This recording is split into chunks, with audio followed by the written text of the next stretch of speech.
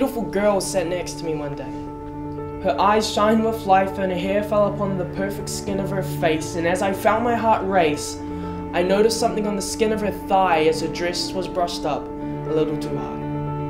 Now I had seen parallel lines before each day in my books, but instead of blue lines on perforated pages, I was staring at the red lines on her skin, and within my heart, I wept. Cautiously I asked her why these were there, and she stared at me with a now dull face, saying that I am broken. She told me her decisions had led her friends to stray away and hurl obtuse abuse as her body walked down the halls, but her soul barely managed to crawl. Dealing with her mother's worries as the family handled a miscarriage, the pain became too much to handle. Now she wasn't scared or afraid, but her only fear was that someone might stop her from cutting, for that meant cutting her lifeline to sanity. But on the outside she appeared normal and happy, but only skin deep a blade managed to scrape her true emotion, so here's a devotion for the ones who get left behind. The children who are never able to grow up. We live in a world where everyone judges, so how are we supposed to grow? We live in a world full of pain, so how are we supposed to know what's true and what's right in a world full of lies and where the wise overflow with intimidation and have a whole list of expectations that we are to meet if we are to one day greet success? So what does it mean to become an adult, to grow up? Is it defined by a time where we cease to have fun, or where we redefine fun by not having to work for a day, where the bills have already been paid? No, I say to grow up is to become unique, when a bleak view has vanished and we see ourselves for ourselves and know what society impresses, for their stresses are not needed. As Generation Y, we're exposed to the media throughout our homes, on our phones, or anywhere civilization's grappling hand extends. End to end, we see a scale of what's cool and attractive.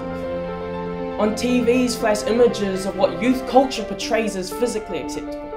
The media has written us laws on what's socially acceptable, yet that means that we fall far beyond out of our control. And so the toll teenagers take is to starve their bodies for what they need to mature. And so society lures us into this deep, dark hole because we're so hungry to be accepted. And with the weight on our shoulders far greater than academic commitments, our failures and social acceptance are demeaning and destroying. So we find a way to fix it up by blazing up. Bottles up, pills down, so momentarily our frowns are turned around and the pressures of growing up exceed and fall away. The pressures of growing up exceed the limitations of age as children feel pain similarly to the way that we do. I spoke to a boy aged 9 who shared Christmas with his mum and dad 8 times and once with his mother alone, as on his 9th birthday his father was imprisoned. I was amazed to find his mind was overflowed with a confused hatred for his father.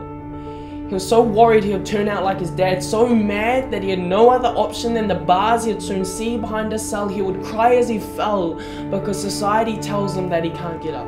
We're the society that pushes that boy down and makes him believe that he'll never exceed and that he'll never make it and he should just take it like it is, and that's not okay. So today I ask you, where have we gone wrong?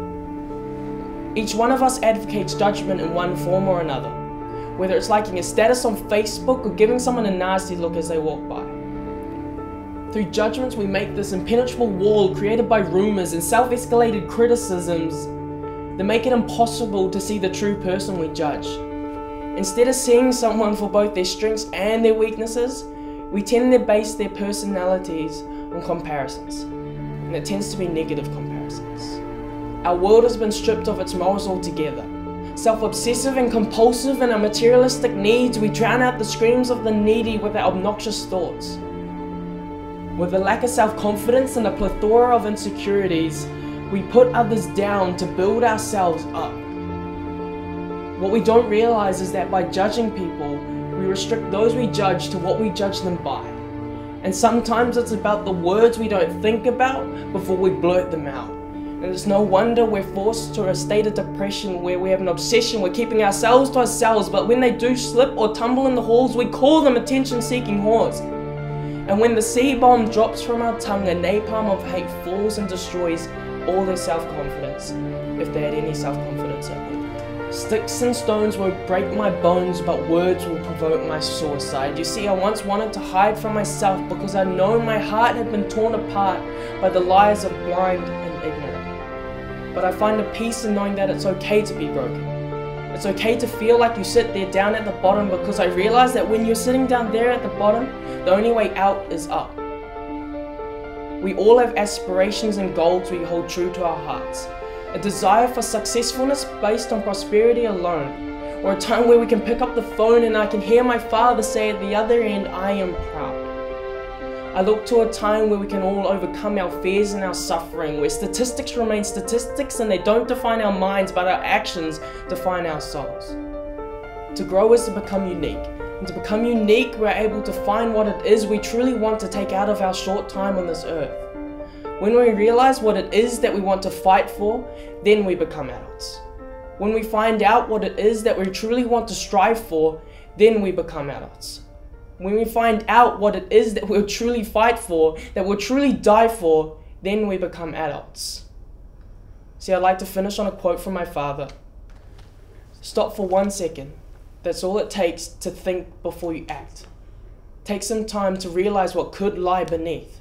Sympathize, empathize, think.